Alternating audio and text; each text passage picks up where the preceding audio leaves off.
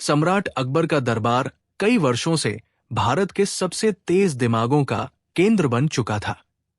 यहां रोज कोई न कोई नया प्रश्न, कोई नई बहस और कोई नई चुनौती सामने आती रहती थी। पर एक दिन एक अजनबी दरबार में आया, जिसके पास 3 ऐसे सवाल थे जिनका जवाब उसने न दुनिया में पाया, न विद्वानों में, न शास्त्रों में। वो कहता था, जो इन तीनों सवालों का उत्तर देगा वही सच्चा बुद्धिमान होगा। बीरबल तक ये चुनौती पहुंची, और फिर जो हुआ वो कहानी इतिहास बन गई। वो अजनबी था मिस्र का एक दरबारी, नाम था अल-फयाज। उसकी बुद्धिमत्ता और चालाकी पूरे अरब में प्रसिद्ध थी। एक व्यापारिक दूत के रूप में वो भारत आया था, पर अपने साथ वो 3 ऐसे सवाल आया था जिन्हें वो कई देशों के राजा और विद्वानों से पूछ चुका था, पर कोई उत्तर नहीं दे सका। अकबर को यह सुनकर उत्सुकता हुई। उन्होंने अल-फयाज को अपने दरबार में बुलाया। अकबर, क्या तुम सच में ऐसे 3 सवाल लाए हो जिनका उत्तर आज तक किसी ने नहीं दिया? अल-फयाज, हां महाराज, और मैं चाहता हूं कि भारत का सबसे चतुर आदमी बीरबल उनका उत्तर दे। अगर वो सफल हुआ तो मैं अपने घुटनों पर झुककर उसे सलाम करूंगा, लेकिन अगर वो असफल हुआ तो भारत की प्रतिष्ठा को एक धक्का लगेगा। अकबर ने मुस्कुराकर कहा, बीरबल को बुलाया जाए। बीरबल दरबार में आए। उन्होंने अल-फयाज को देखा। चालाक आंखें, घमंड से तनी गर्दन और होठों पर एक तीखी मुस्कान। अल-फयाज ने एक चिट्ठी निकाली। 3 सवाल उसमें लिखे थे। वो जोर से पढ़ने लगा। पहला सवाल, वो कौन सी चीज है जो दिखाई नहीं देती पर हर जगह है? दूसरा सवाल, ऐसा क्या है जो सब जानते हैं कि गलत है फिर भी सब करते हैं? तीसरा सवाल, अगर सत्य को शब्दों में बांध दिया जाए तो वो क्या कहलाता है? सारे दरबार में सन्नाटा छा गया। सवाल आसान नहीं थे। ये तर्क से ज्यादा दर्शन की मांग करते थे। अकबर ने बीरबल की ओर देखा। क्या तुम इनका उत्तर दे सकते हो? बीरबल मुस्कुराए। महाराज, उत्तर दूंगा, पर एक शर्त पर। अल-फयाज चौंका। क्या शर्त? बीरबल बोले, हर उत्तर के साथ मैं तुम्हें एक कहानी सुनाऊंगा। यदि कहानी तुम्हारे सवाल का जवाब न दे सके तो मान लूंगा कि मैं असफल रहा। अल-फयाज ने हामी भरी। बीरबल बोले, मैं आपको एक बच्चे की कहानी सुनाता हूं जिसका नाम था अर्जुन। अर्जुन एक अनाथ बालक था जो नगर की गलियों में भीख मांगता था। एक दिन उसे भूख के मारे चक्कर आ गए। वो एक मंदिर के पास गिर पड़ा। एक साधु आया और उसे उठाया। उसने अर्जुन से कहा, तू क्यों रोता है? भगवान हर जगह है। अर्जुन ने मासूमियत से पूछा, तो क्या भगवान रोटी बनाकर मुझे देंगे? साधु मुस्कुराया और उसे अपने आश्रम ले गया। उसे खाना दिया, पढ़ाया और बड़ा किया। अर्जुन ने एक दिन साधु से पूछा, क्या आप ही भगवान हैं? साधु हंसा, नहीं, भगवान तो हर जगह है। मेरी दया में, तेरी भूख में, उस मंदिर की घंटी में और तेरी मुस्कान में। बीरबल बोले, तो पहला उत्तर है ईश्वर। वो दिखाई नहीं देता पर हर जगह है, भावना में, हवा में, सत्य में। अल-फयाज चुप था। सवाल का उत्तर मिला था और वो गहराई से सोचने लगा। 2, जो सब जानते हैं कि गलत है फिर भी करते हैं। बीरबल ने दूसरा सवाल लिया और कहा, अब सुनो एक व्यापारी की कहानी। नाम था हरिदास। हरिदास ईमानदार था, लेकिन एक दिन उसे घाटा हो गया। उसने सोचा, थोड़ा वजन कम तौल दूं तो कोई फर्क नहीं पड़ेगा। उसने झूठ बोलना शुरू किया, थोड़ा थोड़ा, और फिर एक दिन ग्राहक ने उसे पकड़ लिया। राजा ने उसे बुलवाया। हरिदास ने कहा, मुझे पता था ये गलत है, पर मैं मजबूर हो गया था। बीरबल बोले, हम सब जानते हैं कि झूठ बोलना गलत है, फिर भी झूठ बोलते हैं, कभी किसी को बचाने के लिए, कभी अपने लिए। तो दूसरा उत्तर है झूठ। सब जानते हैं ये गलत है, पर सब कभी न कभी इसे करते हैं। अल-फयाज ने सिर झुका लिया। जवाब सीधा नहीं था, पर उसके सवाल से बड़ा था। 3. अगर सत्य को शब्दों में बांध दिया जाए तो वो क्या कहलाता है? ये सवाल सबसे कठिन था। बीरबल बोले, अब मैं तुम्हें एक आखिरी कहानी सुनाता हूं, एक कवि की। वो कवि था निर्धन, बीमार, अकेला, पर उसके शब्दों में आग थी। वो लिखता था, धरती बोले मेरे गीतों में, सच्चाई हो मेरे शब्दों में। एक दिन सम्राट ने उसकी रचना सुनी और कहा, तू क्या लिखता है? कवि ने कहा, मैं सत्य को शब्दों में बदलता हूं ताकि झूठ खुद को आईना देख सके। बीरबल ने दरबार में देखा, सत्य को जब शब्दों में बांधा जाए तो वो बनता है कविता। कविता जो सत्य को सुंदर बनाकर समाज के सामने रखती है। अकबर मुस्कराए। दरबार तालियों से गूंज उठा। अब सबकी निगाहें अल फैयाज पर थी। वो खड़ा हुआ, उसकी आंखें नम थी। बीरबल, मैंने दुनिया भर के विद्वानों से सवाल किए, पर तुम्हारा उत्तर सिर्फ जवाब नहीं थे, वो जीवन थे।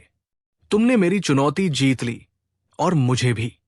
वो झुक कर बोला, आज मिस्र झुका भारत के सामने। समाप्ति। बाद में अकबर ने यह घटना बुद्धि की विजय घोषित की और दरबार की दीवारों पर तीनों सवाल और उत्तर खुदवाए गए। आज भी लोग कहते हैं, जब सवाल जीवन से जुड़े हों तो उत्तर तर्क से नहीं, अनुभव से आते हैं। और ये मामला बन गया। बीरबल और 3 सवालों की चुनौती, जो आज तक कोई हल नहीं कर पाया। कहानी 2। बादशाह अकबर का दरबार एक बार फिर पूरी रौनक पर था। जहां एक ओर मंत्रियों की चहल पहल थी, वहीं दूसरी ओर कुछ नया घटने वाला था। उस दिन दरबार में 3 अजीब पंडितों का प्रवेश हुआ। बड़े भारी दिखते कपड़े, माथे पर चंदन, हाथ में माला, और भाषा ऐसी जैसे सीधे स्वर्ग से उतरे हों। जहांपनाह, उनमें से एक बोला, हम तीनों पंडित दूर दूर के तीर्थों से आए हैं। हमें समाचार मिला कि आपके दरबार में एक अद्भुत विद्वान है, बीरबल। हमें आज उस विद्वान की परीक्षा लेनी है। अकबर मुस्कराए। बीरबल? परीक्षा? बीरबल वही खड़ा था। उसने हल्के से सिर झुकाया। तीसरे पंडित ने कहा, हमें संदेह है कि बीरबल धर्म और शास्त्र की गहराई नहीं जानता। वो केवल चतुराई में माहिर है, पर धर्म के विषय में अज्ञानी। अकबर को यह बात खल गई। उन्होंने बीरबल की ओर देखा। बीरबल, क्या तुम इन विद्वानों से सामना करोगे? बीरबल मुस्कराया। जहांपनाह, धर्म कोई वस्त्र या वाणी से पहचाना नहीं जाता। उसकी परिभाषा कर्म से होती है। मैं इन पंडितों से धर्म की बहस नहीं, धर्म की सेवा से उत्तर दूंगा।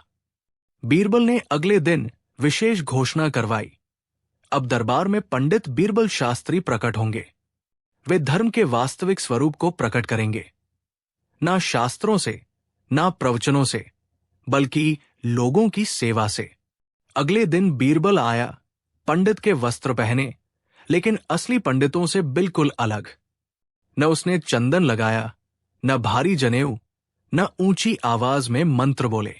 उसके पास सिर्फ एक थैला था, जिसमें कुछ रोटियां, एक पुराना कंबल और 2 किताबें थी। तीनों पंडित हंसने लगे। ये कैसा पंडित है? एक बोला, इसके पास तो शास्त्रों का कोई संग्रह भी नहीं। बीरबल ने उत्तर दिया, मेरे शास्त्र भूखे की रोटी है, ठिठुरते को कंबल है, और दुखी को हंसी है। दरबार में मौन छा गया। तीनों पंडितों की पहली परीक्षा, धर्म का पहला गुण क्या है? पहले पंडित ने कहा, धर्म का पहला गुण है वैदिक ज्ञान। दूसरे ने कहा, नियमित पूजा, हवन, यज्ञ।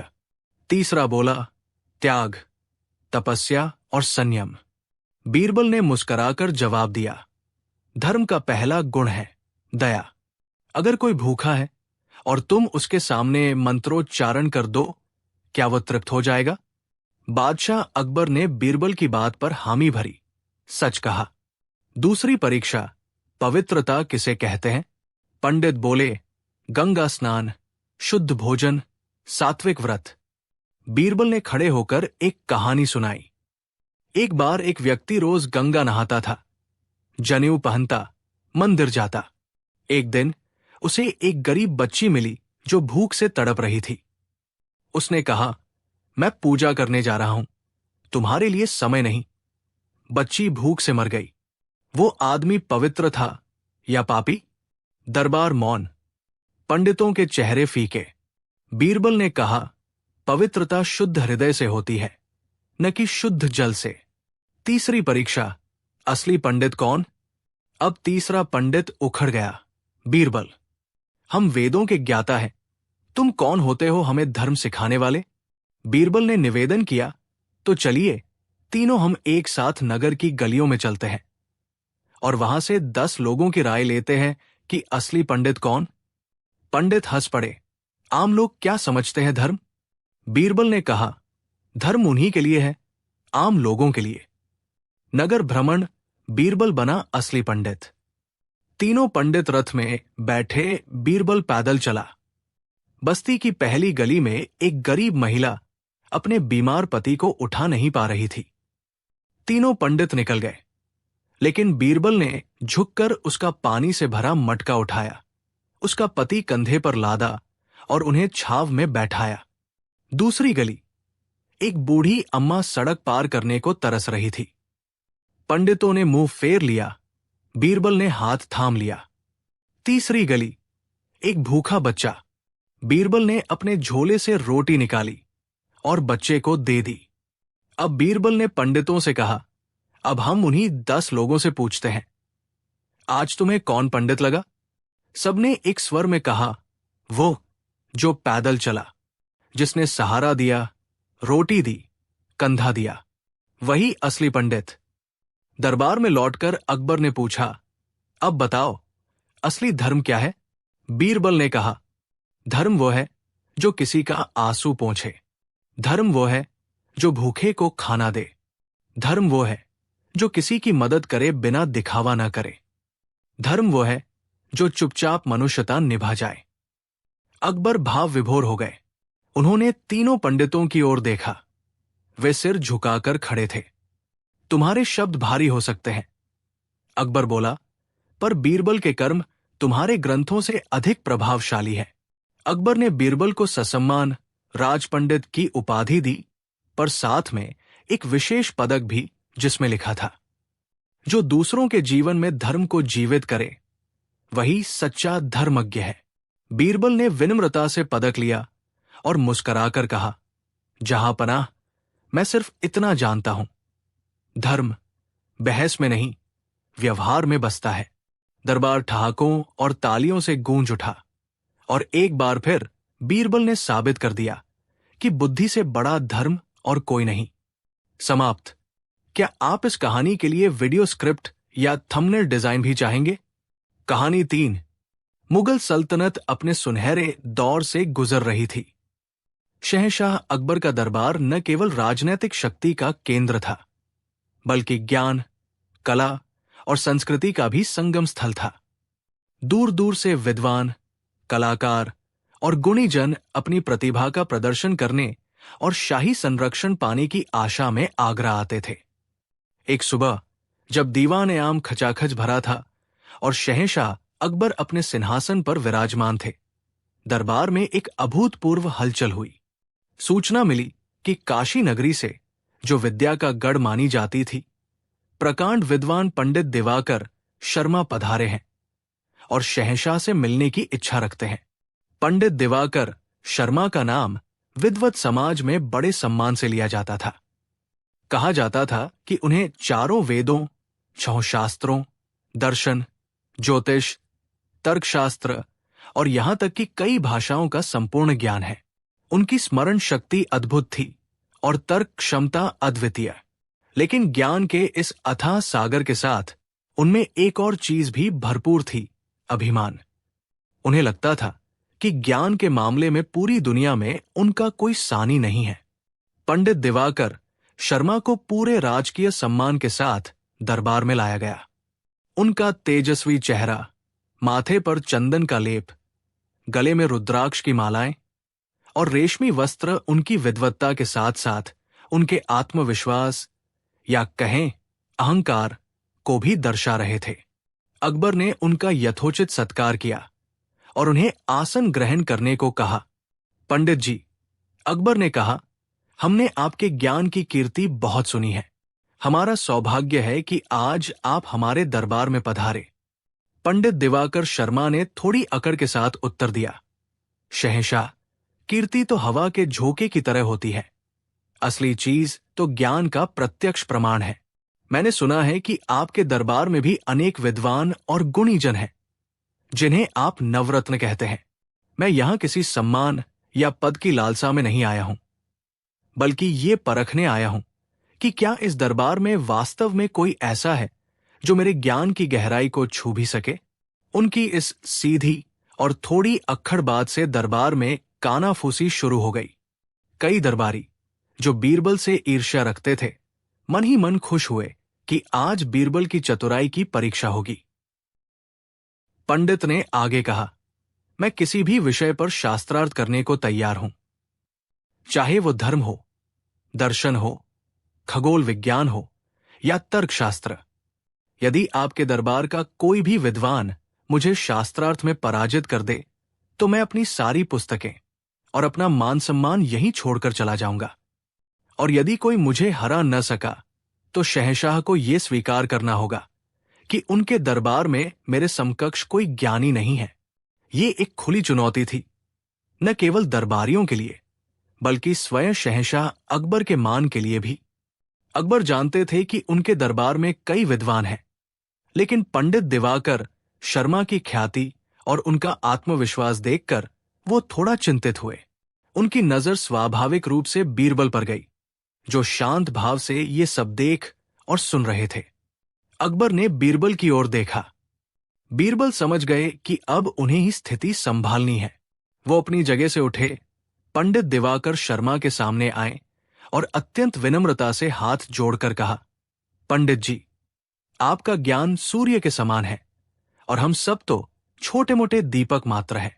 आपसे शास्त्रार्थ करने की योग्यता शायद मुझ में न हो, लेकिन शहंशाह की आज्ञा और आपके जैसे महान विद्वान से कुछ सीखने की इच्छा जरूर है।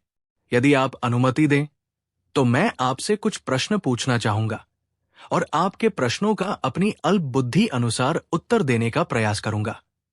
बीरबल की विनम्रता देखकर पंडित दिवाकर शर्मा के अहंकार को और बल मिला। उन्होंने सोचा, ये मसखरा मेरा क्या मुकाबला करेगा। ठीक है, पंडित ने कहा, पहले मैं ही तुमसे कुछ प्रश्न पूछता हूं ताकि तुम्हारी योग्यता का अंदाजा लग सके। पंडित ने अपनी विद्वत्ता का प्रदर्शन करने के लिए जानबूझकर अत्यंत गूढ़ और जटिल प्रश्न पूछने शुरू किए।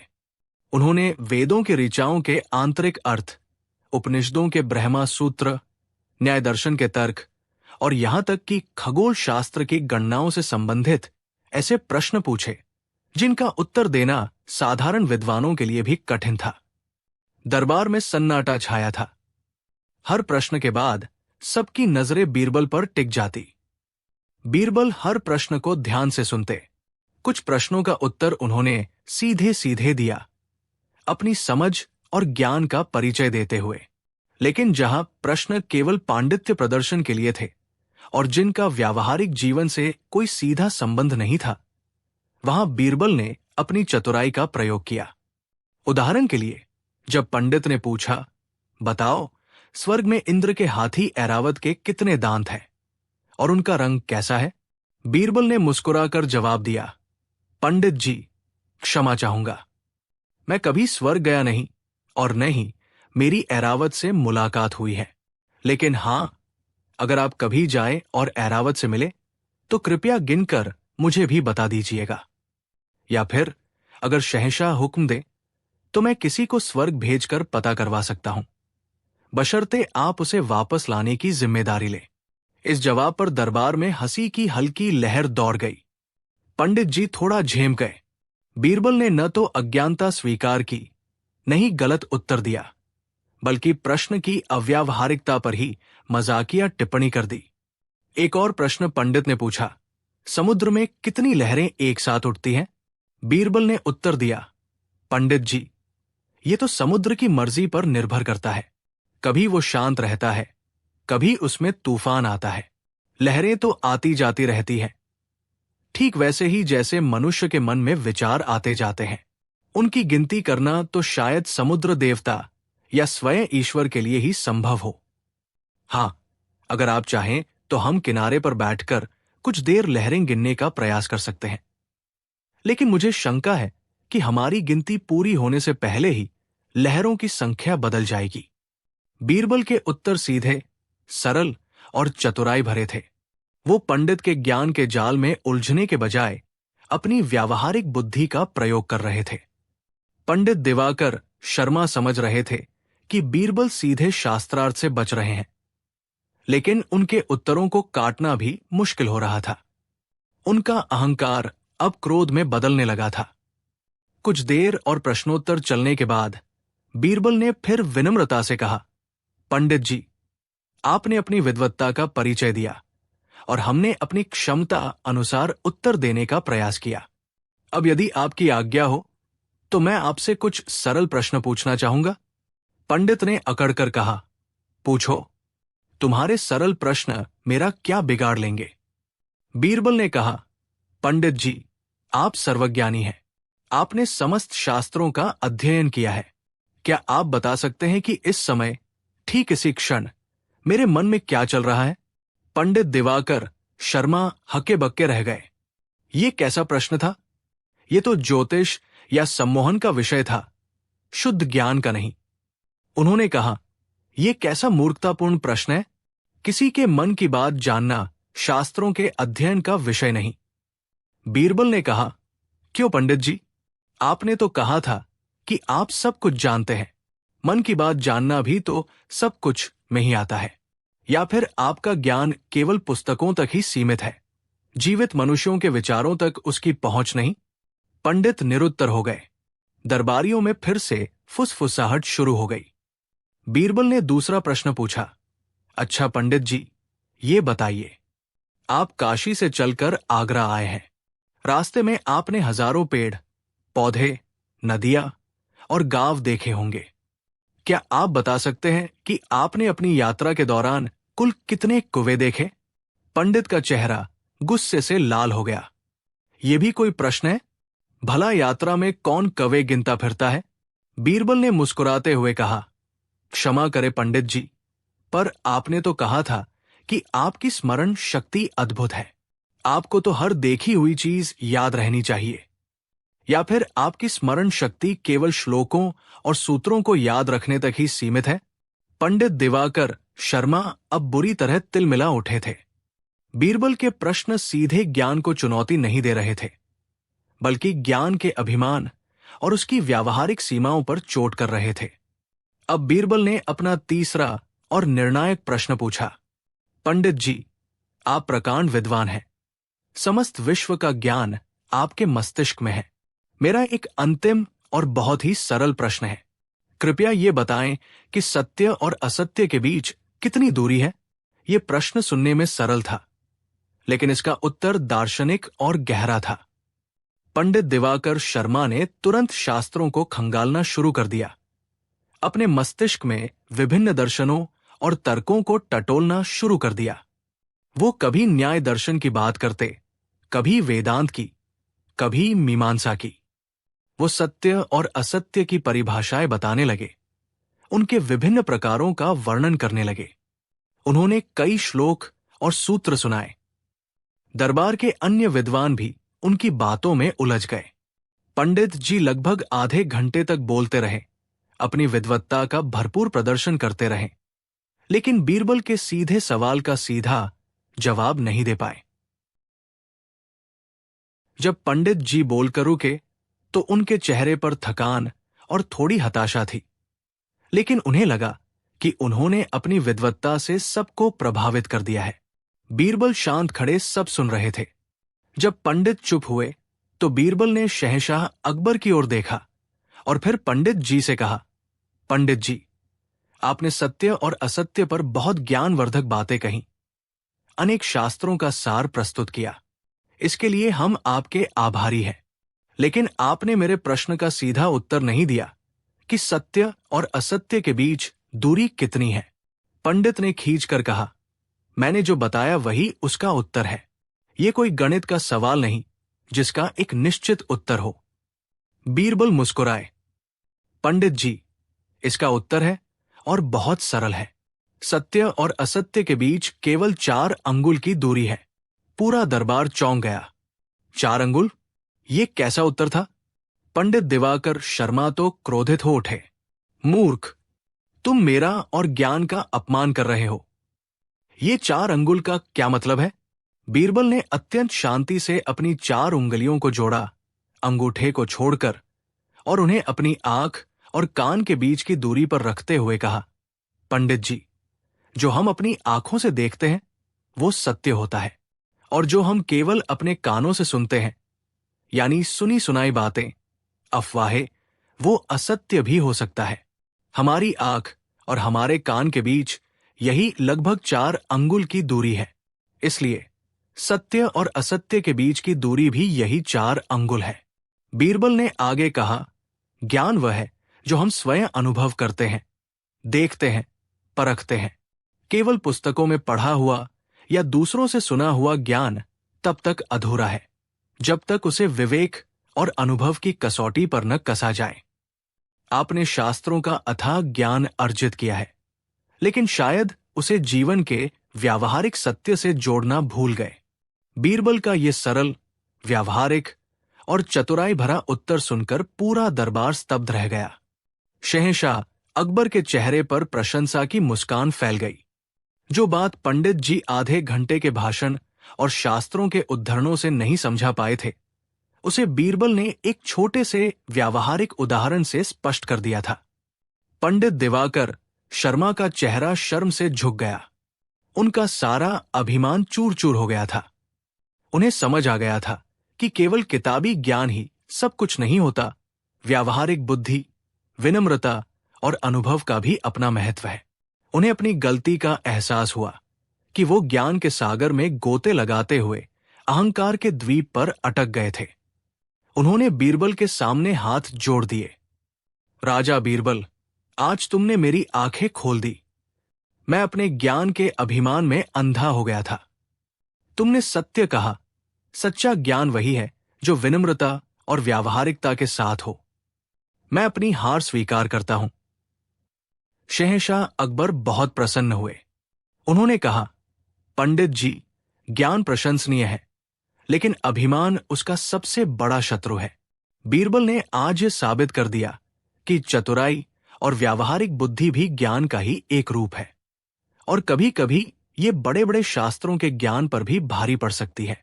अकबर ने पंडित दिवाकर शर्मा को क्षमा किया और उन्हें सम्मान सहित विदा करने का आदेश दिया, लेकिन साथ ही ये सीख भी दी कि ज्ञान का उपयोग दूसरों को नीचा दिखाने के लिए नहीं, बल्कि विनम्रता पूर्वक मानवता की सेवा के लिए करना चाहिए। बीरबल की जय जयकार होने लगी। दरबारियों ने एक बार फिर उनकी अद्भुत चतुराई और हाजिर जवाबी का लोहा माना।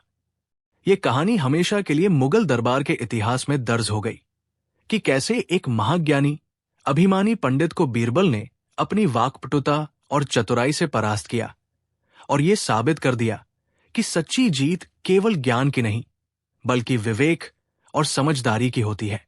कहानी 4। दिल्ली का लाल किला एक बार फिर सुर्खियों में था। दरबार सजा था, लेकिन आज का वातावरण कुछ असामान्य था। दरबारियों की निगाहें एक दूसरे से छिपते हुए चल रही थी। कोई कुछ कह नहीं रहा था, लेकिन आंखों में कुछ तो खदक रहा था। बादशाह अकबर अपनी सिंहासन पर बैठे हुए थे, और आज उनके चेहरे पर एक अनोखा सख्ती थी। बीरबल हमेशा की तरह मुस्कुराता हुआ दरबार में आया, लेकिन जैसे ही वो भीतर पहुंचा, दरबार के वातावरण में एक ठंडक सी भर गई।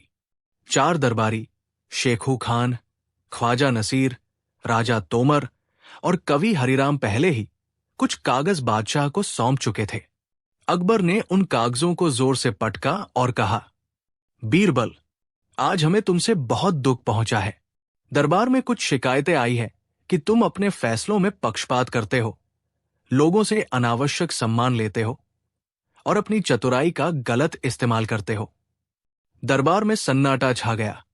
बीरबल कुछ नहीं बोला, अकबर ने आगे कहा, और इन सब बातों को ध्यान में रखते हुए आज हम तुम्हें आदेश देते हैं, तुम तत्काल प्रभाव से देश छोड़ दो। पूरे दरबार में एक झटका सा लगा। बीरबल शांत खड़ा रहा, आंखें झुकी थी, पर होठों पर हल्की मुस्कान थी। उसने कहा, जो हुक्म मेरे बादशाह का, लेकिन जाते जाते मुझे 3 दिन का समय दे। अकबर ने बिना कुछ कहे सिर हिला दिया। 3 दिन तक बीरबल कहीं नहीं दिखाई दिया, न कोई चिट्ठी, न कोई संदेश। बादशाह को थोड़ी बेचैनी होने लगी, पर उनके अहम ने उन्हें रोक रखा था। तीसरे दिन सुबह बादशाह के पास एक संदूक आया। उस पर लिखा था, बादशाह सलामत के लिए बीरबल की आखिरी भेंट। अकबर ने संदूक खोलने का आदेश दिया। दरबारी चौंक उठे। अंदर से निकले एक पुराना जोड़ा कपड़ों का, 2 एक टूटी हुई चप्पल, 3 एक लोटा, 4 और एक पत्र। पत्र में लिखा था, जहांपनाह, आपने मुझे देश से निकाला, लेकिन देश मेरे मन से कैसे निकालते? ये लोटा मुझे याद दिलाता है कि जब कुछ नहीं था तब भी मैं संतुष्ट था। ये चप्पल बताती है कि कितना भी चलो मंजिल मिल ही जाती है। ये पुराना जोड़ा दिखाता है कि दिखावा कभी असली वस्त्र नहीं होता।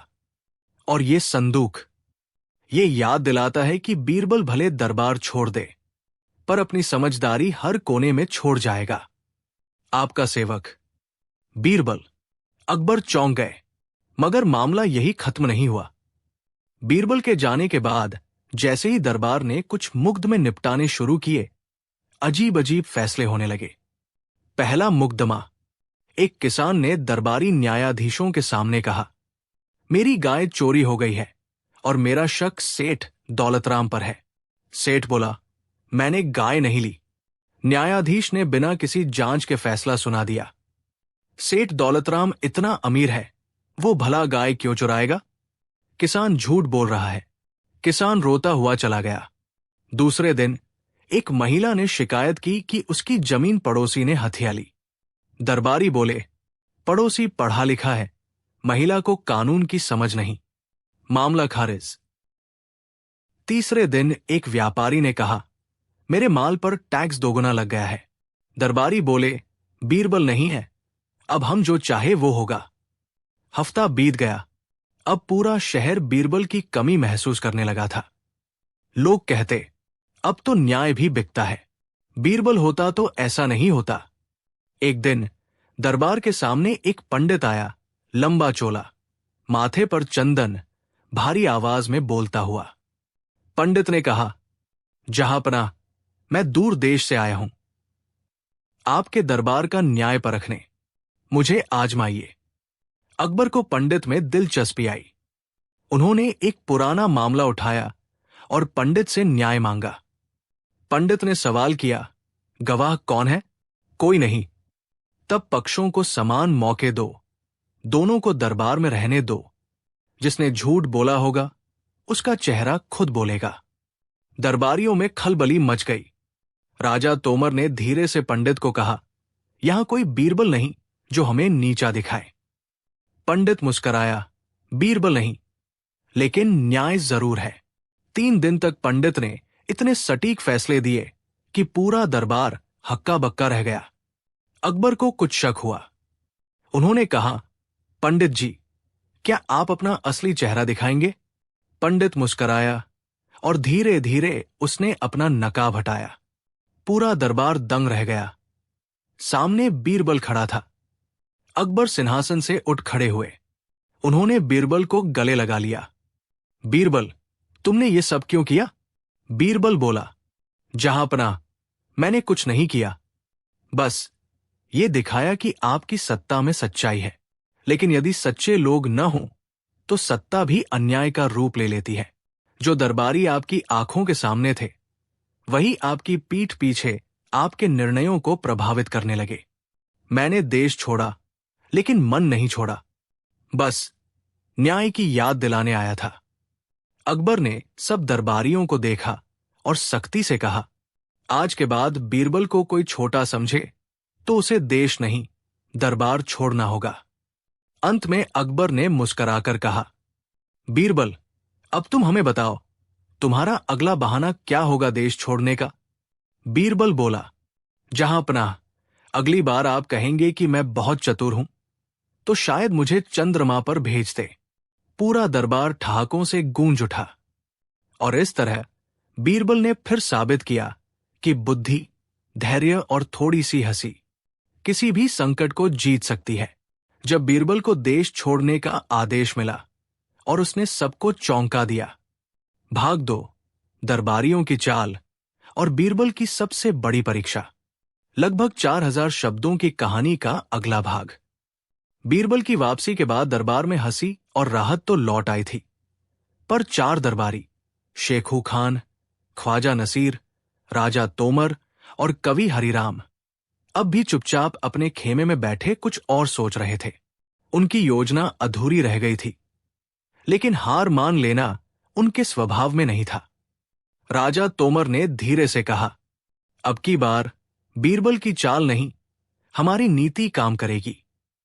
ऐसी नीति जो उसे मजबूर कर देगी अपनी बुद्धि पर संदेह करने को।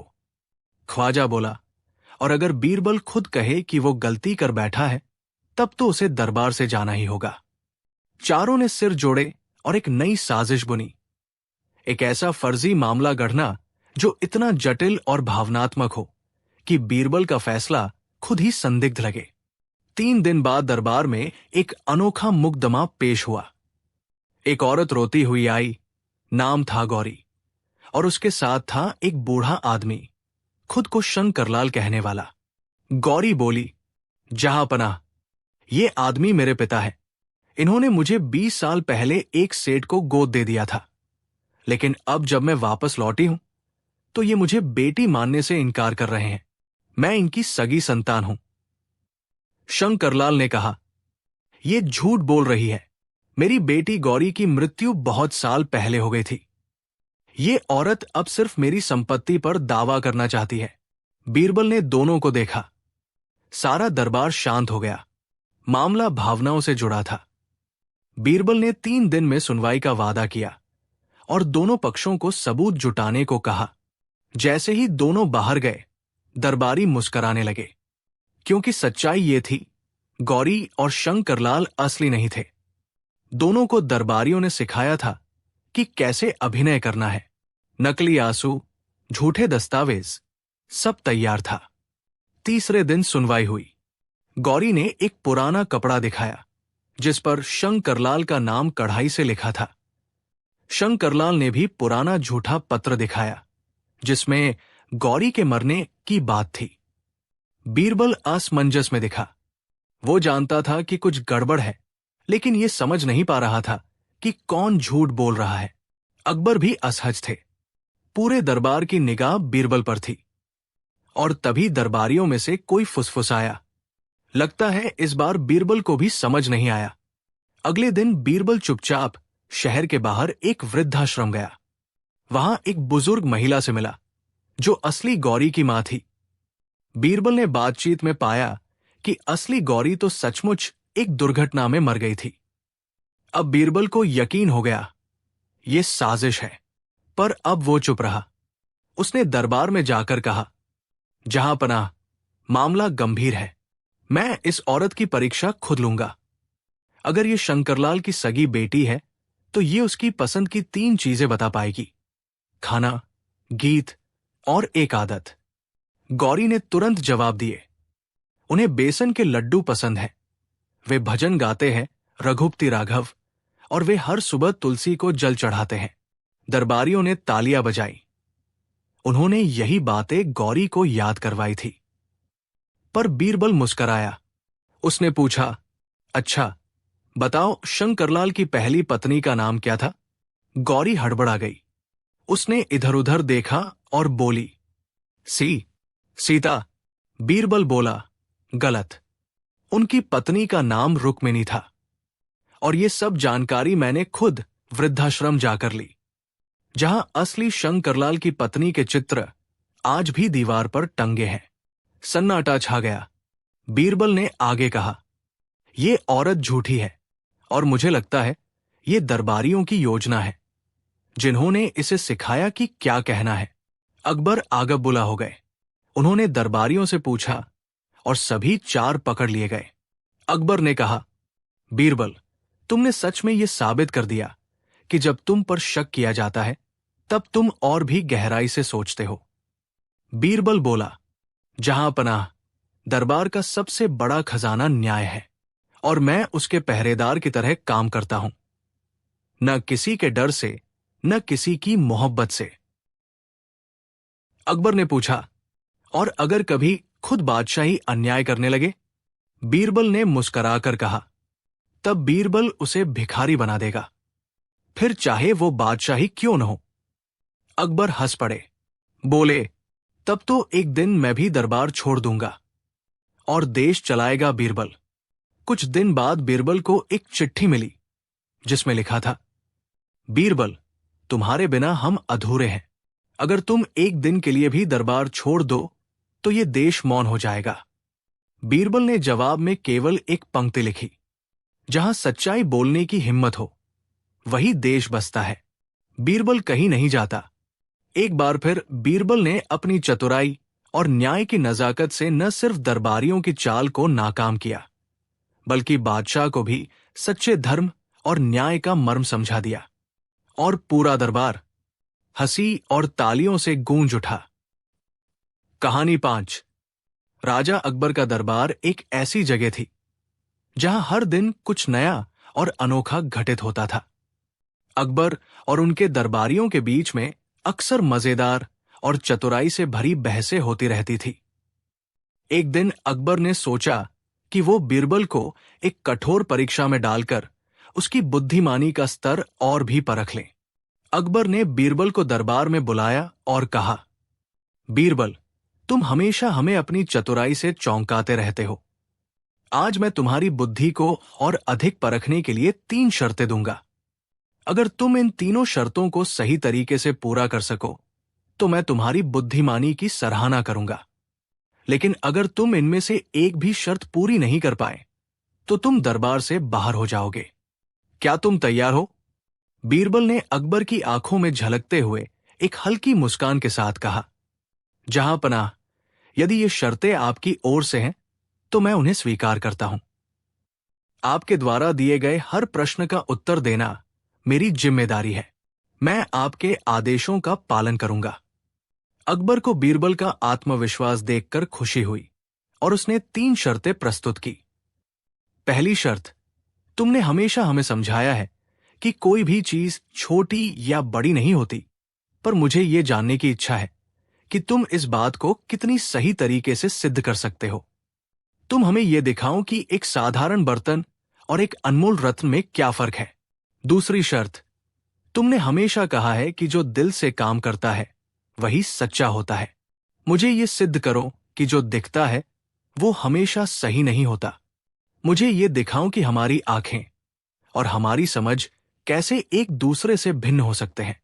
तीसरी शर्त, तुमने हमेशा ये कहा है कि जीवन में समझदारी से काम लेना चाहिए। अब मुझे ये दिखाओ कि तुम्हारी समझदारी का असली प्रमाण क्या है और तुम हमें एक ऐसा उत्तर दो जो हमारी समझ से परे हो।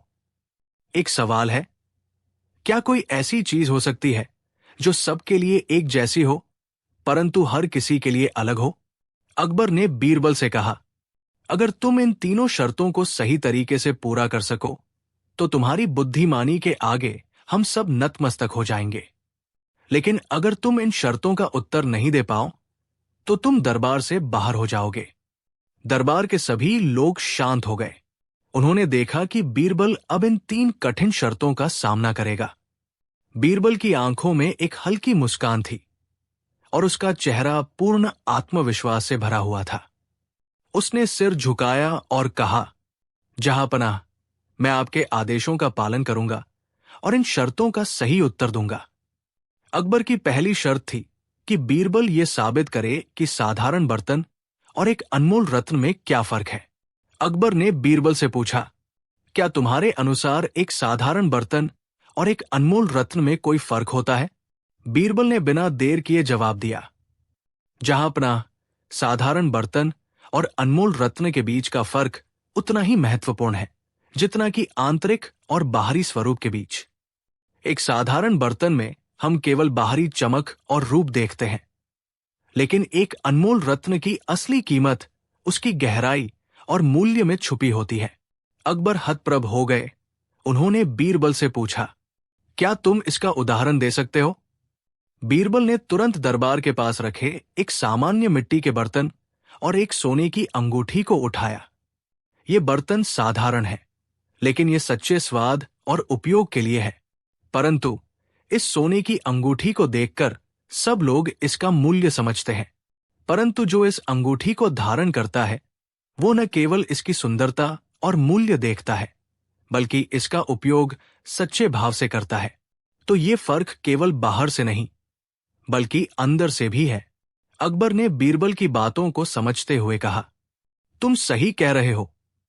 बाहरी रूप से दिखने वाली चीजें कभी भी असली मूल्य को नहीं दर्शा सकती।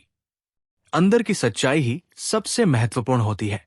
तुम्हारा उत्तर बिल्कुल सही है। अब अकबर ने दूसरी शर्त प्रस्तुत की। बीरबल, तुम्हारे अनुसार जो दिल से काम करता है वही सच्चा होता है। मुझे ये सिद्ध करो कि हमारी आंखें और हमारी समझ कैसे एक दूसरे से भिन्न हो सकती है। बीरबल ने मुस्कुराकर जवाब दिया, जहां पनाह, आंखों से हमें सिर्फ वही दिखाई देता है जो हमारे सामने होता है, परंतु दिल से हम वो महसूस करते हैं जो छुपा होता है, जो हमारी समझ से परे होता है। हमारी आंखें हमें केवल सतह तक की जानकारी देती है, जबकि दिल की गहराई में वही सच्चाई छुपी होती है। अकबर ने चौंकते हुए पूछा, क्या तुम इसका कोई उदाहरण दे सकते हो? बीरबल ने अपने पास से एक चुटकुला सुनाया। एक बार एक आदमी अपनी आंखों से देखता है और समझता है कि उसे जो दिखाई दे रहा है वही सच है, परंतु जब वो दिल से काम करता है तो उसे एहसास होता है कि असल में वो केवल बाहर की परत देख रहा था, जो हमेशा पूरी सच्चाई नहीं होती। उदाहरण के तौर पर, जब हम किसी व्यक्ति के चेहरे को देखते हैं तो हम केवल उसकी आंखों और होठों को देखते हैं, परंतु उसका दिल हमें तभी दिखता है जब हम उसे समझने की कोशिश करते हैं। अकबर ने बीरबल की बातें सुनी और कहा, तुम्हारा उत्तर सत्य है।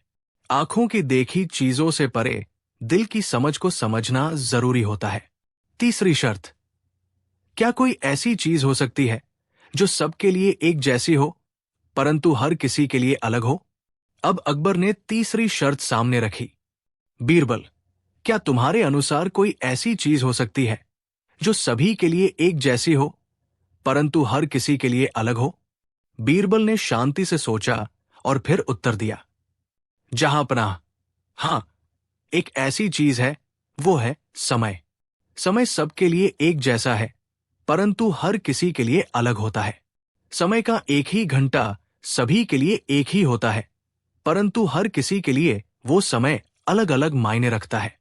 एक व्यक्ति के लिए समय का एक क्षण खुशी का होता है, तो किसी के लिए वह दर्द का। एक के लिए वो एक अवसर हो सकता है, तो दूसरे के लिए वो एक कठिनाई। अकबर ने बीरबल की समझदारी को सराहा और कहा, तुमने सही कहा। समय के विभिन्न अर्थ होते हैं और हम सब उस समय के अनुसार अपनी स्थिति का मूल्यांकन करते हैं। अकबर ने बीरबल की ओर देखा और कहा, बीरबल, तुम्हारा उत्तर हर बार अप्रत्याशित था और सही भी। तुमने इन 3 शर्तों का जवाब ऐसा दिया कि हम सब स्तब्ध रह गए। तुम्हारी बुद्धिमानी पर कोई संदेह नहीं कर सकता। दरबारियों ने भी बीरबल की बुद्धिमानी को सराहा और सभी ने तालियां बजाईं। बीरबल ने सिर झुकाकर अकबर का धन्यवाद किया और कहा, जहां पनाह, आपकी शर्तें केवल परीक्षा नहीं थी, बल्कि हमें यह समझने का अवसर थी कि जीवन में सच्चाई और समझदारी से कैसे काम करना चाहिए। अकबर हंसते हुए बोले, तुम्हारे जैसा चतुर व्यक्ति दरबार में होना हमारे लिए सौभाग्य की बात है। हम सभी तुमसे सीखते हैं। बीरबल। समाप्त। कहानी 6। बादशाह अकबर का दरबार हमेशा की तरह चमक रहा था। सुनहरी दीवारें, मखमली कालीनें और सिंहासन पर बैठे थे स्वयं बादशाह अकबर। एक ओर बैठा था उनका सबसे प्रिय मंत्री बीरबल, जो हमेशा अपनी चतुराई और हाजिर जवाबी से दरबार को हंसी और बुद्धि की महफिल में बदल देता था। उस दिन कुछ विशेष था। मौसम सुहाना था, पर अकबर का मन बेचैन। उन्होंने गहरी सांस ली और बीरबल की ओर देखा। बीरबल, अकबर ने कहा, मैं सोच रहा हूं, मेरी प्रजा मुझसे कितनी प्रेम करती है। मैं इतना कुछ करता हूं उनके लिए, सड़कों का निर्माण, अनाज की व्यवस्था, कानून का पालन, पर क्या सच में वे मुझे उतना ही प्यार करते हैं? बीरबल मुस्कराया। जहां पनाह, राजा की लोकप्रियता का अंदाजा महलों में बैठकर नहीं, गलियों में जाकर होता है। अकबर चौंके, तो क्या मुझे गलियों में जाना चाहिए? बीरबल ने ठंडी सांस ली। क्यों नहीं? एक दिन के लिए अगर आप आम आदमी बन जाए तो आपको सच्चा प्रेम भी दिखेगा और असली भिक्षा भी। भिक्षा? अकबर की आंखें चौड़ी हो गई। जी हां, बीरबल ने गंभीरता से कहा, अगर आप किसी दिन भिखारी बनकर शहर की गलियों में जाएं और देखें कि लोग आपको कितना देते हैं, तो आपको अंदाजा होगा। आपको लोग दिल से दान देते हैं या डर से? अब अकबर का अहंकार थोड़ा हिलने लगा, लेकिन चुनौती तो दिलचस्प थी। ठीक है बीरबल, अकबर मुस्कराया, कल मैं बनूंगा भिखारी, लेकिन अगर मुझे दान नहीं मिला तो समझ लेना तुम्हारी सलाह गलत थी। बीरबल ने सिर झुकाया, अगर आपको कुछ भी न मिले तो मैं स्वेच्छा से दरबार छोड़ दूंगा। अगला दिन सम्राट अकबर बना एक फटेहाल भिखारी। बीरबल ने खुद बादशाह को साधारण फटे कपड़े पहनाए, चेहरे पर थोड़ा कीचड़, एक लकड़ी की लाठी और आंखों में कृत्रिम पीड़ा भर दी। जहां पनाह, बीरबल ने कहा, अब आप महलों से बाहर नहीं, बल्कि दुनिया की असली सड़कों पर हैं। चलिए देखते हैं जनता आपको कितना देती है। अकबर को एक भीख मांगने वाला बनाकर दिल्ली के मुख्य बाजार की ओर भेजा गया। बीरबल छुपकर उसे देख रहा था, लेकिन बादशाह को यह सब एक रोमांचक खेल लग रहा था। पहली गली में अकबर ने एक अमीर व्यापारी से कहा, मालिक, 2 दिन से भूखा हूं, थोड़ा अनाज मिल जाए। व्यापारी ने घूरा और कहा, काम क्यों नहीं करता? हटो सामने से। अकबर सन्न रह गया। अगली गली में एक महिला से पानी मांगा, वो घबराकर अंदर भाग गई। तीसरी गली में एक बच्चा आकर हंस पड़ा, ये भिखारी तो हमारी तरह दिखता है, और दोस्तों के साथ मजाक उड़ाने लगा। बादशाह के माथे पर पसीना आ गया। 4 घंटे बीते और भीख के नाम पर मिला सिर्फ एक सिक्का। शाम को लौटे सम्राट और क्रोध में आग बबूला। अकबर अब भी उस फटेहाल वेश में बीरबल के पास पहुंचा। बीरबल, उन्होंने दहाड़ लगाई, मुझे 4 घंटे में सिर्फ एक तांबे का सिक्का मिला। क्या मेरी प्रजा इतनी कठोर है? बीरबल ने शांति से कहा, नहीं जहांपनाह, आपकी प्रजा वो है जो आपको राजा के रूप में देखती है, लेकिन आज आपने सिर्फ एक शरीर पहन रखा था, वो भी एक भिखारी का। पहचान गई प्रजा आपको? नहीं, अकबर फुफकारते हुए बोले। यही तो बात है। बीरबल मुस्कराया, लोग प्रेम राजा से करते हैं, भिखारी से नहीं। आपने जो पाया वही सच है। जो भी आप महल में सोचते हैं, मुझे सब चाहते हैं। वो सम्मान आपके सिंहासन के कारण है, आपके व्यक्तित्व के कारण नहीं। अकबर कुछ देर शांत रहे, फिर उन्होंने सिर झुका लिया। तो तुम कहना चाहते हो मैं बिना ताज के कुछ भी नहीं? मैं सिर्फ ये कहना चाहता हूं, बीरबल ने आंखों में देखकर कहा, कि असली इज्जत वो है जो आपको बिना ताज मिले। अगले दिन बीरबल ने योजना का दूसरा भाग शुरू किया। बीरबल ने दरबार के सभी दरबारियों को एक विशेष आदेश दिया।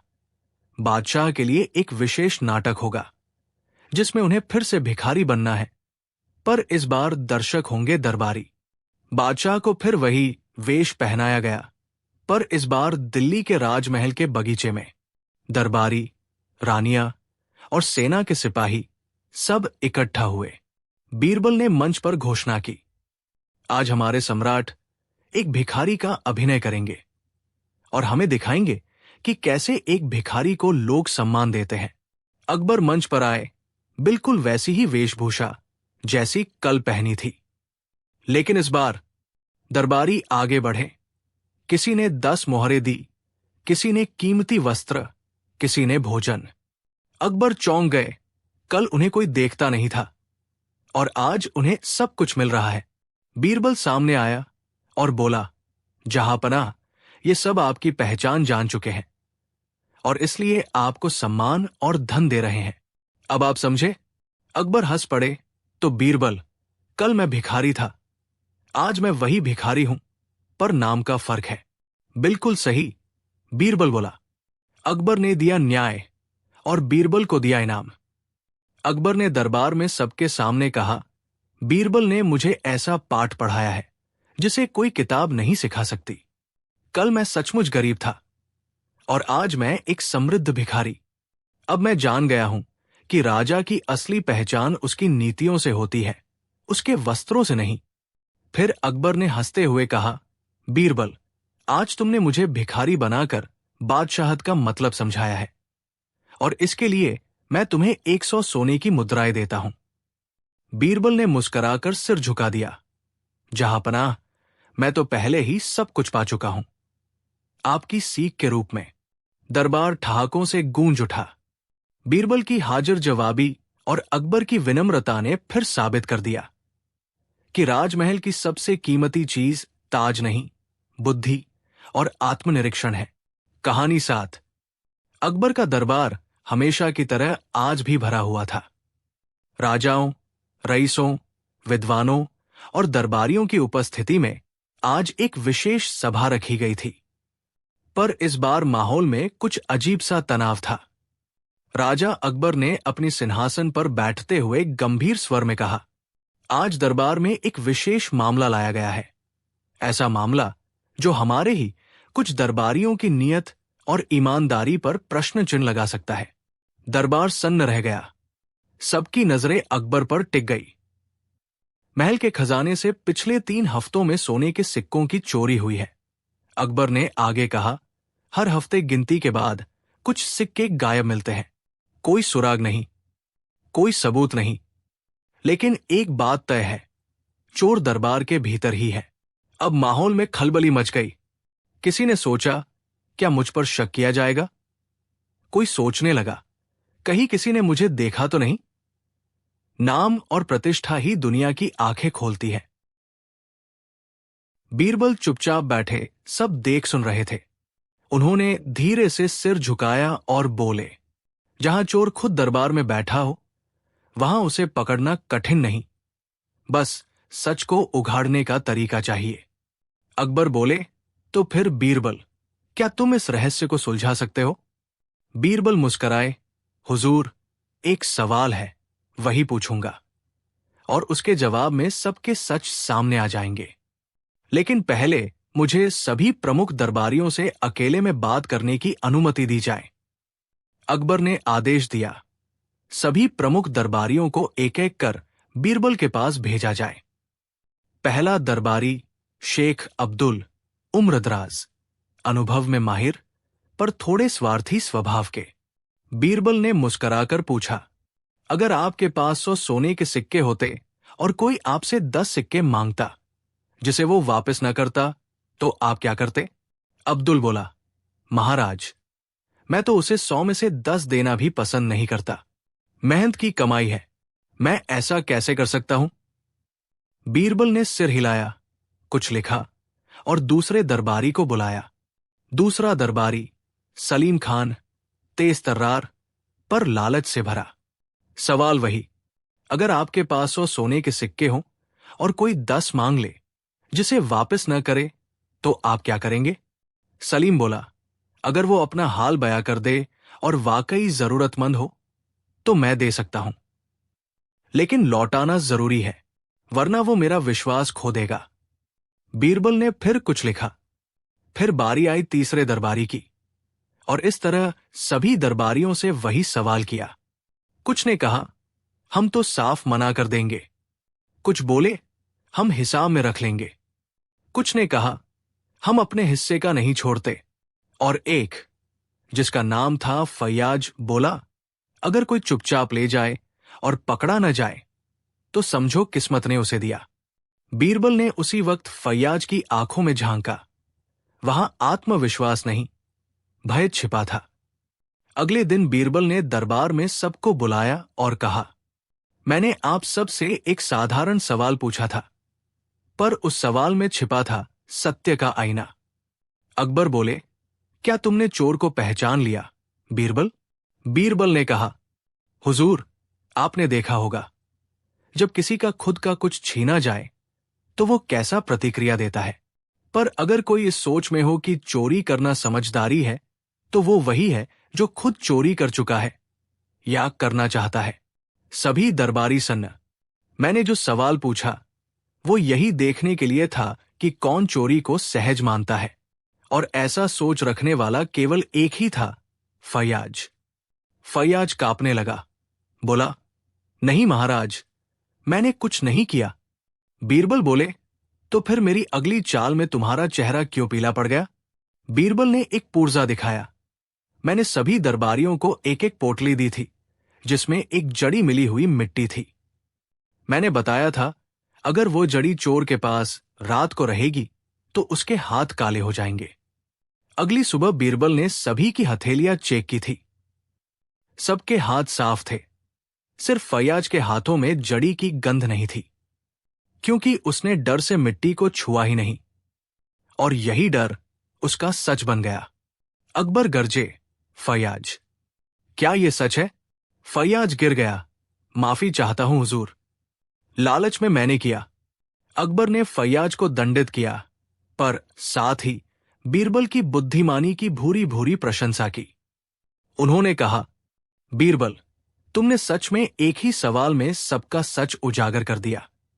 ऐसे सवाल केवल बुद्धिमान ही पूछ सकता है और समझ भी सकता है। बीरबल ने झुककर कहा, सत्य हमेशा सामने होता है महाराज, बस हमें उसे देखने का तरीका आना चाहिए। क्या आप चाहें कि इस कहानी के लिए एक सुंदर वॉइस ओवर स्क्रिप्ट भी तैयार करूं, या इसी शैली में अगली कहानी लिखूं? कहानी 8।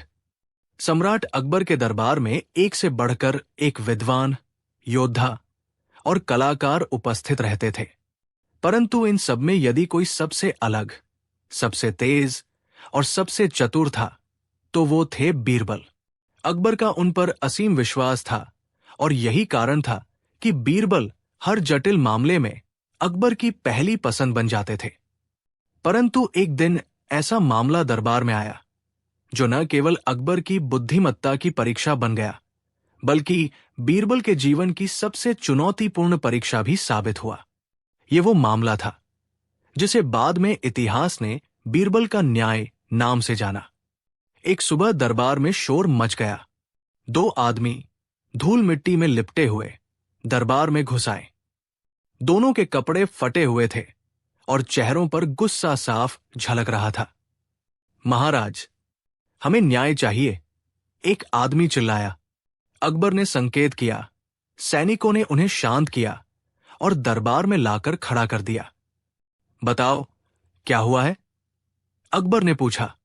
पहले आदमी ने कहा, मेरा नाम है शिवलाल, मैं एक साधारण किसान हूं। और ये आदमी मोहनलाल मेरा ही पड़ोसी है। हमने अपने खेतों की खुदाई की और उसी में हमें एक संदूक मिला, लकड़ी का, बहुत पुराना। मोहनलाल बीच में कूदा। संदूक में सोने के सिक्के थे महाराज, बहुत सारे, और वो मेरी जमीन में मिला। शिवलाल चिल्लाया, झूठ, संदूक मेरी जमीन और उसकी जमीन के बीच में था, बिल्कुल सीमा रेखा पर, और हमने दोनों ने साथ में उसे खोदा। मोहनलाल चिल्लाया, परंतु संदूक तो मेरे हिस्से में पड़ा था, मैंने ही पहली बार उसे देखा और बाहर निकाला। अकबर ने दोनों की बात ध्यान से सुनी। तो दोनों का दावा है संदूक पर? अकबर ने पूछा। जी नहीं, शिवलाल बोला, मैं आधा हिस्सा चाहता हूं, क्योंकि मैंने भी मेहनत की। और तुम? अकबर ने मोहनलाल से पूछा। मैं कुछ नहीं बांटूंगा महाराज, पूरी जमीन मेरी है तो संदूक भी मेरा है। अकबर सोच में पड़ गए। एक ओर मेहनत का सवाल था, दूसरी ओर अधिकार का। इसका फैसला कोई सामान्य न्याय नहीं कर सकता। यह मामला बीरबल को सौंपा जाए। अकबर बोले। बीरबल ने दोनों को दरबार से बाहर बुलवाया और अगले दिन मिलने को कहा। अगले दिन बीरबल गांव पहुंचे और खेतों का निरीक्षण किया। संदूक उसी जगह रखा था जहां उसे पाया गया था। बीरबल ने अपने सेवकों से कहा, इस संदूक को छेड़ना मत, मैं चाहता हूं कि सब कुछ जस का तस रहे। बीरबल ने जमीन की स्थिति, खंभों की दूरी, खेत की सीमा और संदूक की स्थिति को ध्यान से देखा। फिर उन्होंने दोनों किसानों को बुलाकर कुछ प्रश्न पूछे। बीरबल, संदूक पर किसका नाम लिखा था? मोहनलाल, नाम? कोई नहीं। शिवलाल, हां, कोई नाम नहीं था, बस एक मोहर थी, कुछ अजीब भाषा में। बीरबल ने संकेत किया। सेवकों ने संदूक की मोहर को सावधानी से साफ किया। उस पर फारसी में कुछ लिखा था। इसका मतलब है, जो इस खजाने को पाए वो उसे बांटे, वरना ये शाप बन जाएगा। बीरबल ने पढ़ा। अब मोहनलाल थोड़े हिचकिचाए। बीरबल ने दोनों को बैठने कहा, फिर खुद अकबर के पास लौट आए। तीसरे दिन बीरबल ने दरबार में सबको बुलवाया। संदूक दरबार में रखा गया था। अकबर ने पूछा, क्या तुमने सत्य पता कर लिया बीरबल? बीरबल ने सिर हिलाया। हां महाराज, और ये मामला साधारण नहीं है, ये केवल संपत्ति का नहीं, चरित्र का मामला है। सभी दरबारी चौकन्ने हो गए। मैंने उस संदूक की स्थिति देखी। वो दोनों खेतों के बीच था, एकदम सीमा पर। मतलब ये दोनों की खोज थी। बीरबल बोले, तो फिर दोनों का हक बनता है? अकबर ने पूछा।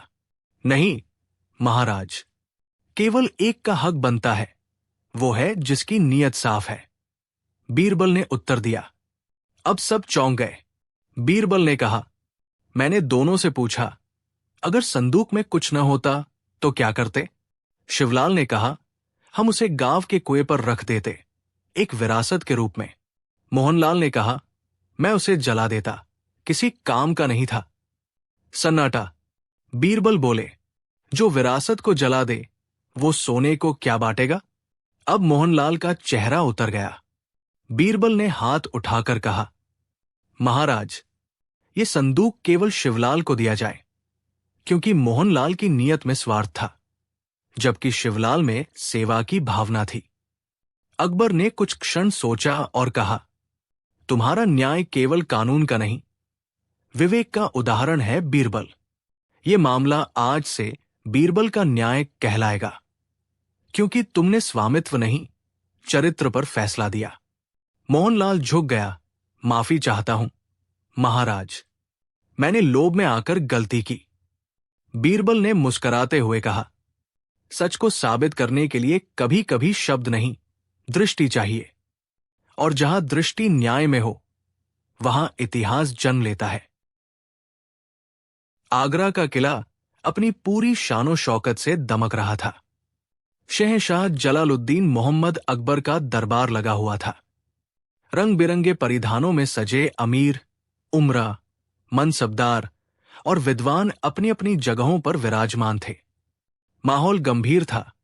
किसी मसले पर चर्चा चल रही थी, लेकिन हमेशा की तरह जब बात अटक जाती तो सबकी निगाहें एक व्यक्ति पर जाकर टिक जाती, राजा बीरबल।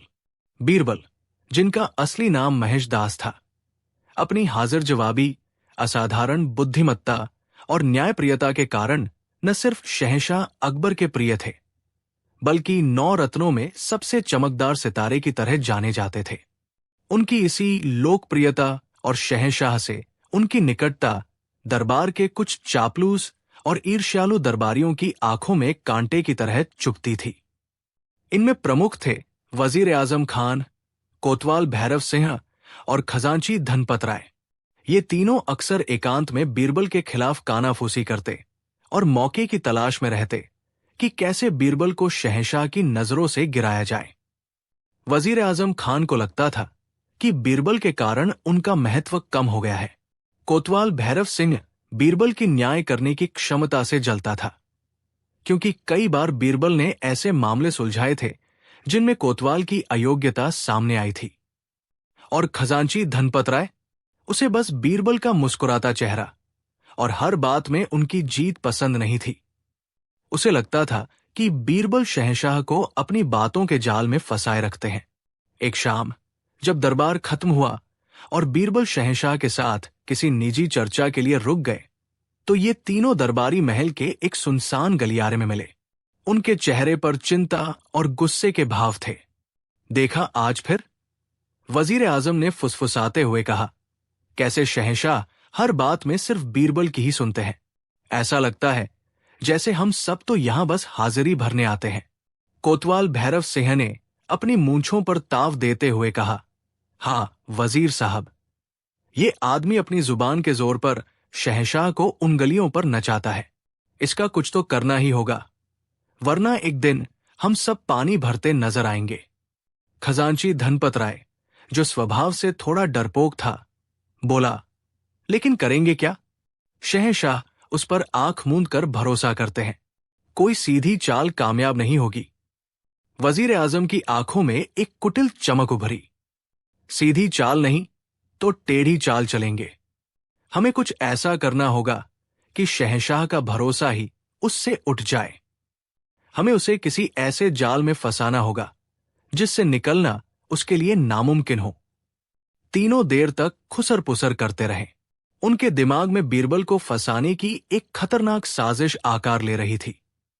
उन्हें पता था कि बीरबल को सीधे सीधे किसी चोरी या बेईमानी के इल्जाम में फंसाना मुश्किल है, क्योंकि उनका चरित्र बेदाग था।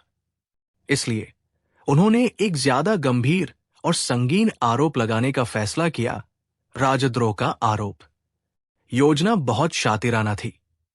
वजीर आजम ने सुझाव दिया कि वे बीरबल के नाम से कुछ जाली खत तैयार करवाएंगे, जो ऐसे लगेंगे जैसे बीरबल पड़ोसी दुश्मन सल्तनत बीजापुर के सुल्तान को गुप्त सूचनाएं भेज रहे हैं।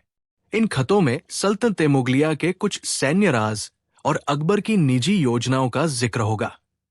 कोतवाल भैरव सिंह ने कहा, खत तैयार करना आसान है, लेकिन उन्हें बीरबल तक पहुंचाना और फिर बरामद करवाना ज्यादा मुश्किल है।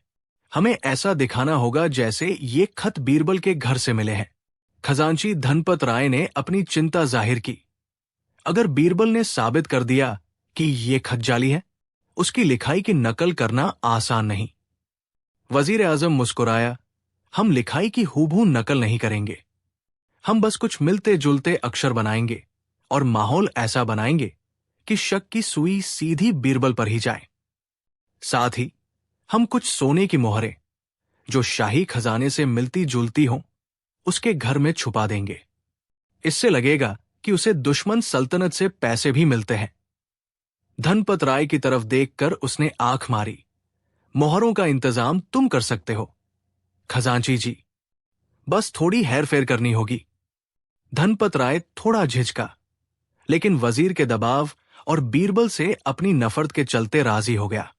कोतवाल भैरव सिंह ने जिम्मा लिया कि वो अपने किसी भरोसेमंद सिपाही के जरिए रात के अंधेरे में बीरबल के घर में ये खत और मोहरे छुपाएगा, और फिर कुछ दिनों बाद किसी मुखबिर की सूचना पर वो खुद बीरबल के घर की तलाशी लेगा। योजना तैयार थी। अगले कुछ दिनों में उन्होंने बड़ी सावधानी से जाली खत तैयार करवाए। खतों की भाषा ऐसी रखी गई जो बीरबल की शैली से थोड़ी मिलती जुलती लगे, लेकिन पूरी तरह नहीं। धनपत राय ने चुपके से कुछ सोने की मोहरें खजाने से निकाली और उन्हें एक छोटी सी थैली में रखा। एक अमावस की रात, जब पूरा आगरा गहरी नींद में सो रहा था, कोतवाल का भेजा हुआ सिपाही दबे पाव बीरबल के घर के पिछवाड़े पहुंचा। बीरबल का घर बहुत बड़ा या आलीशान नहीं था, लेकिन व्यवस्थित था। सिपाही ने खिड़की के रास्ते अंदर घुसकर बीरबल के अध्ययन कक्ष में किताबों के पीछे वो जाली खत और मोहरों की थैली छुपा दी। काम पूरा होते ही वो वैसे ही चुपचाप निकल गया जैसे आया था। अगले दिन दरबार में माहौल कुछ बदला हुआ था। वजीर आजम, कोतवाल और खजांची के चेहरों पर एक अजीब सी गंभीरता थी। उन्होंने जानबूझकर ऐसी कानाफूसी शुरू की कि सल्तनत के खिलाफ कोई साजिश चल रही है। धीरे धीरे बात शहंशाह अकबर तक पहुंची। क्या मामला है वजीर साहब? अकबर ने पूछा। आज दरबार में कुछ बेचैनी सी लग रही है। वजीर आजम ने बड़ी विनम्रता का नाटक करते हुए कहा, आलम पनाह, कुछ गंभीर भनक मिली है। हमें शक है कि दरबार का ही कोई खास शख्स दुश्मन सल्तनत से मिला हुआ है और सल्तनत के राज बाहर भेज रहा है। अकबर चौंक गए। क्या कह रहे हैं आप? कौन हो सकता है वो गद्दार? आलम पनाह, अभी नाम लेना ठीक नहीं होगा, लेकिन शक पुख्ता है। हमारे जासूसों ने कुछ संदिग्ध गतिविधियां देखी है। कोतवाल भैरव सिंह ने बात बढ़ाई। हमें इजाजत दी जाए तो हम मामले की तह तक जा सकते हैं। अकबर चिंतित हो गए। इसकी पूरी जांच होनी चाहिए। जो भी गद्दार है उसे सख्त सजा मिलेगी। इसी बीच बीरबल दरबार में आए। उन्हें माहौल कुछ अजीब लगा, लेकिन उन्होंने कुछ जाहिर नहीं होने दिया। वजीर आजम ने बीरबल की तरफ एक गहरी नजर से देखा और फिर शहंशाह से कहा, आलम पनाह, शक की सुई जिस तरफ जा रही है उसे बताते हुए जुबान लड़खड़ाती है, लेकिन हमें राजा बीरबल पर शक है। दरबार में सन्नाटा छा गया। खुद अकबर को अपने कानों पर यकीन नहीं हुआ। बीरबल, ये नामुमकिन है। आप होश में तो है वजीर साहब? आलम पनाह, हम भी यही चाहते हैं कि ये शक गलत निकले, वजीर ने कहा, लेकिन कुछ बातें हैं जो इशारा कर रही है। हमें पुख्ता जानकारी मिली है कि उनके घर से कुछ संदिग्ध लेन देन हुआ है। अगर आप इजाजत दें तो कोतवाल साहब उनके घर की तलाशी लेना चाहेंगे। दूध का दूध और पानी का पानी हो जाएगा। बीरबल हैरान थे, लेकिन शांत रहे। उन्हें समझ आ गया था कि उनके खिलाफ कोई गहरी साजिश रची गई है। उन्होंने अकबर की तरफ देखा और कहा, आलम पनाह, मुझे अपनी बेगुनाही पर पूरा यकीन है। मैं किसी भी जांच के लिए तैयार हूं। आप कोतवाल साहब को इजाजत दें। अकबर दुविधा में थे।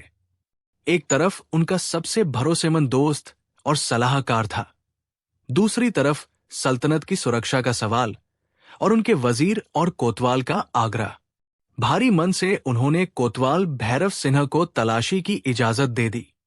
लेकिन याद रहे कोतवाल, अकबर ने चेतावनी दी, अगर ये इल्जाम झूठा निकला तो अंजाम अच्छा नहीं होगा। कोतवाल भैरव सिंह तो जैसे इसी मौके का इंतजार कर रहा था। वो तुरंत अपने सिपाहियों के साथ बीरबल के घर पहुंचा। बीरबल भी उनके साथ गए। तलाशी शुरू हुई। कोतवाल जानबूझकर घर के बाकी हिस्सों को ऊपर ऊपर से देख रहा था। उसका असली निशाना बीरबल का अध्ययन कक्ष था। जैसे ही वे अध्ययन कक्ष में पहुंचे, कोतवाल ने किताबों की अलमारी की तरफ इशारा किया। यहां ध्यान से देखो, उसने अपने सिपाहियों को आदेश दिया। सिपाहियों ने किताबें हटाईं और कुछ ही देर में कोतवाल ने विजयी भाव से आवाज लगाई, मिल गया। आलम पनाह, देखिए, ये खत और ये मोहरें। उसने वो जाली खत और सोने की मोहरों वाली थैली उठाई। खतों को खोलकर पढ़ा गया, जिनमें बीजापुर के सुल्तान को संबोधित करते हुए सल्तनत के नकली राज लिखे थे। मोहरें भी दिखाई गई। सबूत बीरबल के घर से, उन्हीं के कमरे से मिले थे। साजिश करने वालों के चेहरों पर दबी हुई मुस्कान थी। बीरबल शांत खड़े सब देख रहे थे। उनके चेहरे पर न डर था, न घबराहट, बस एक गहरी सोच थी। कोतवाल ने बीरबल को गिरफ्तार करने का आदेश देना चाहा, लेकिन बीरबल ने उसे रोक दिया। कोतवाल साहब, जरा इन खतों को गौर से देखिए। बीरबल ने एक खत उठाया। क्या आपको इस लिखाई में कुछ अजीब नहीं लगता? ये मेरी लिखाई से मिलती है, पर मेरी नहीं है। कोई नौसिखिया नकलची भी इससे बेहतर नकल कर सकता था। फिर उन्होंने मोहरों की थैली उठाई। और ये मोहरें, ये बिल्कुल नई लगती है, जैसे अभी टकसाल से निकली हो। और जिस थैली में ये रखी है, ये भी बिल्कुल नई है। क्या कोई गद्दार जो दुश्मन से पैसे लेता हो, उन्हें इतनी लापरवाही से एक नई थैली में अपनी किताबों के पीछे छुपाएगा? कोतवाल और वजीर थोड़ा सक्काए, लेकिन वजीर ने तुरंत बात संभाली। ये सब बहाने हैं, राजा बीरबल। सबूत आपके घर से मिले हैं। अब आप कानून से नहीं बच सकते। मामला वापस दरबार में अकबर के सामने पेश हुआ। सबूतों को देखकर अकबर का दिल बैठ गया। बीरबल की दलीलें सुनने के बाद भी सबूत इतने सीधे थे कि उन्हें नजरअंदाज करना मुश्किल था। दरबारियों में कानाफूसी होने लगी। बीरबल के शुभ चिंतक चिंतित थे और दुश्मन खुश। अकबर ने भारी मन से कहा, बीरबल, सबूत तुम्हारे खिलाफ है। जब तक तुम अपनी बेगुनाही साबित नहीं कर देते, तुम्हें नजरबंद किया जाता है। बीरबल ने सिर झुकाया। आलमपनाह, मुझे आपकी आज्ञा शिरोधार्य है, लेकिन मुझे अपनी बेगुनाही साबित करने के लिए 3 दिन का समय चाहिए। वजीर ने आपत्ति करनी चाहिए। आलमपनाह, एक गद्दार को मोहलत देना। लेकिन अकबर ने उसे रोक दिया। ठीक है बीरबल, तुम्हें 3 दिन का समय दिया जाता है। अगर इन 3 दिनों में तुम अपनी बेगुनाही साबित नहीं कर पाए तो तुम्हें सजाए मौत दी जाएगी।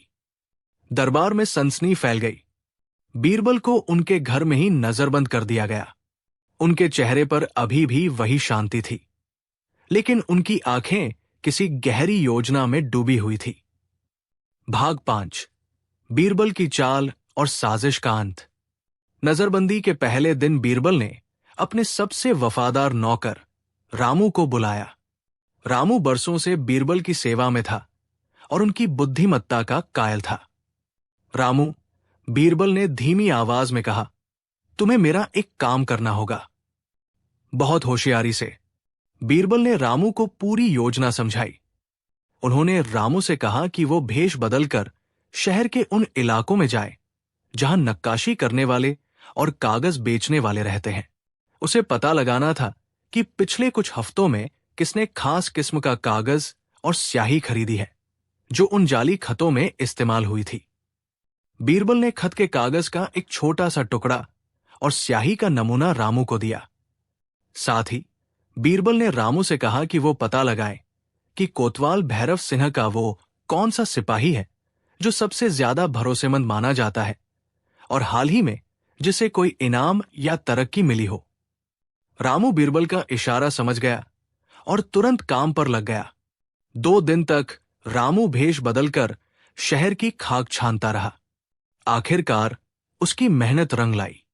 उसे पता चला कि वजीर आजम के एक मुंशी ने कुछ हफ्ते पहले वैसा ही खास कागज और स्याही खरीदी थी और कोतवाल के एक सिपाही दीनू को हाल ही में बिना किसी खास वजह के तरक्की दी गई थी और वो कुछ दिनों से काफी खुश नजर आ रहा था। तीसरे दिन बीरबल ने शहंशाह अकबर को संदेश भिजवाया कि वो अपनी बेगुनाही का सबूत पेश करने के लिए तैयार है और दरबार लगाया जाए। दरबार खचाखच भरा हुआ था। वजीर आजम, कोतवाल भैरव सिंह और खजांची धनपत राय अगली कतारों में बैठे थे। उनके चेहरों पर आत्मविश्वास था कि बीरबल अब बच नहीं सकता। बीरबल को दरबार में लाया गया। वो शांत थे। बीरबल, तुम्हारे पास अपनी बेगुनाही साबित करने के लिए क्या है? अकबर ने पूछा। उनकी आवाज में अभी भी थोड़ी उदासी थी। आलमपनाह, बीरबल ने कहा, सबूत मेरे खिलाफ नहीं बल्कि साजिश करने वालों के खिलाफ है। ये खत और मोहरें मेरे घर में रखी गई थी और मैं जानता हूं कि ये काम किसने और कैसे किया। वजीर आजम हंसा। ये तो बस ख्याली पुलाव है। बीरबल, तुम्हारे पास क्या सबूत है? सबूत है वजीर साहब। बीरबल मुस्कुराए। पहला सबूत तो ये खत खुद है। इनकी लिखाई इतनी बचकानी है कि कोई भी समझदार इंसान इसे मेरी लिखाई नहीं मानेगा। दूसरा, ये मोहरे। आलमपनाह, क्या आप खजांची जी से पूछ सकते हैं कि शाही खजाने की मोहरों पर टकसाल का एक खास निशान होता है? क्या वो निशान इन मोहरों पर है?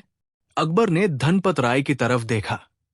धनपत राय का चेहरा पीला पड़ गया। उसने हकलाते हुए कहा, आलमपनाह, वो निशान बहुत बारीक होता है। होता है या नहीं, खजांची जी? बीरबल ने जोर देकर पूछा। धनपत राय की बोलती बंद हो गई। अकबर ने मोहरों की जांच का आदेश दिया। जौहरी ने जांच करके बताया कि उन पर टकसाल का निशान नहीं था। दरबार में फुसफुसाहट बढ़ गई। वजीर और कोतवाल के चेहरे पर हवाइयां उड़ने लगी। और तीसरा सबूत, बीरबल ने अपनी आवाज बुलंद की, वो थैली है जिसमें ये मोहरें रखी थी। ये थैली बिल्कुल नहीं है। क्या आप जानते हैं आलम पनाह, ये खास तरह की थैली सिर्फ शाही खजाने के लिए बनती है और हाल ही में ऐसी थैलियों का एक नया जत्था आया है। खजांची जी, क्या आप बता सकते हैं कि ये थैली आपके दफ्तर से कैसे गायब हुई? धनपत राय अब पसीने पसीने हो गया था। वो कुछ बोल नहीं पा रहा था। और चौथा और सबसे अहम सबूत, बीरबल ने रामू को इशारा किया। रामू आगे आया। आलम पनाह, मेरे इस वफादार सेवक ने पता लगाया है कि इन खतों के लिए कागज और स्याही वजीर आजम के मुंशी ने खरीदी थी और कोतवाल साहब के एक सिपाही दीनू को हाल ही में बेवजह तरक्की मिली है। शक है कि उसी सिपाही ने ये चीजें मेरे घर में छुपाई थी। बीरबल ने कोतवाल भैरव सिन्हा की तरफ देखा। कोतवाल साहब, क्या आप अपने सिपाही दीनू को यहां बुलाएंगे? जरा उससे 2 सवाल पूछने हैं। कोतवाल भैरव सिन्हा का चेहरा सफेद पड़ चुका था।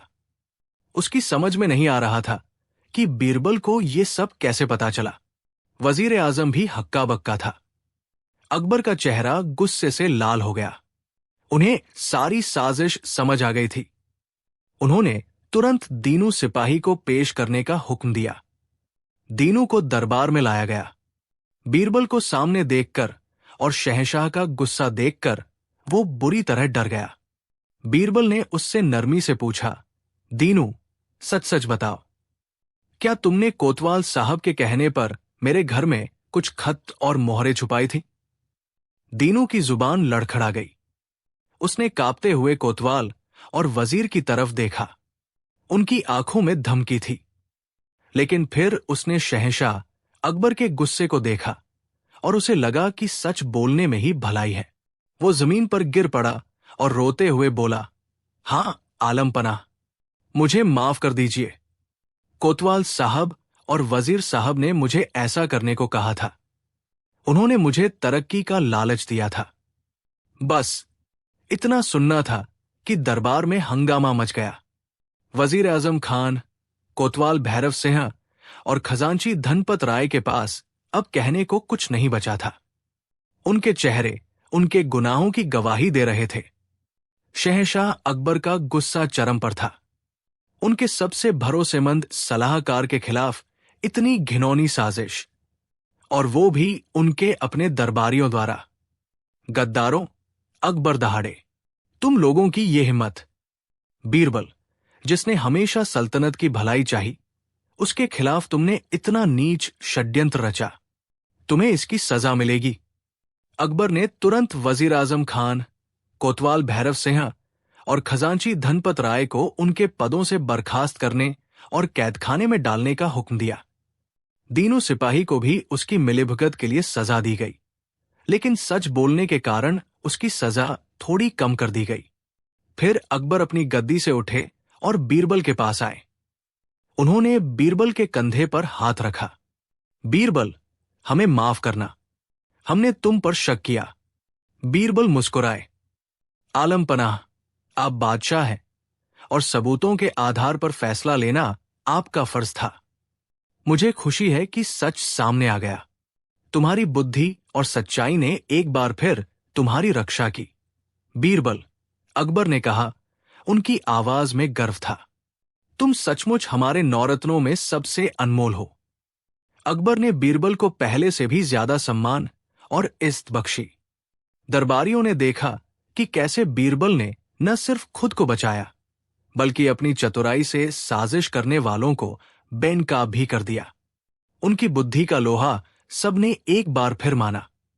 उस दिन के बाद दरबार में किसी की हिम्मत नहीं हुई कि बीरबल के खिलाफ कोई साजिश रच सके।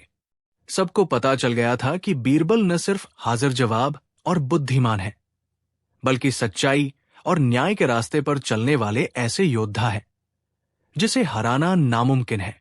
बीरबल की लोकप्रियता और अकबर के साथ उनका रिश्ता पहले से भी ज्यादा मजबूत हो गया, और ये कहानी हमेशा के लिए इतिहास में दर्ज हो गई कि कैसे ईर्ष्या की आग जलाने वाले खुद ही उसमें जलकर राख हो गए और कैसे बीरबल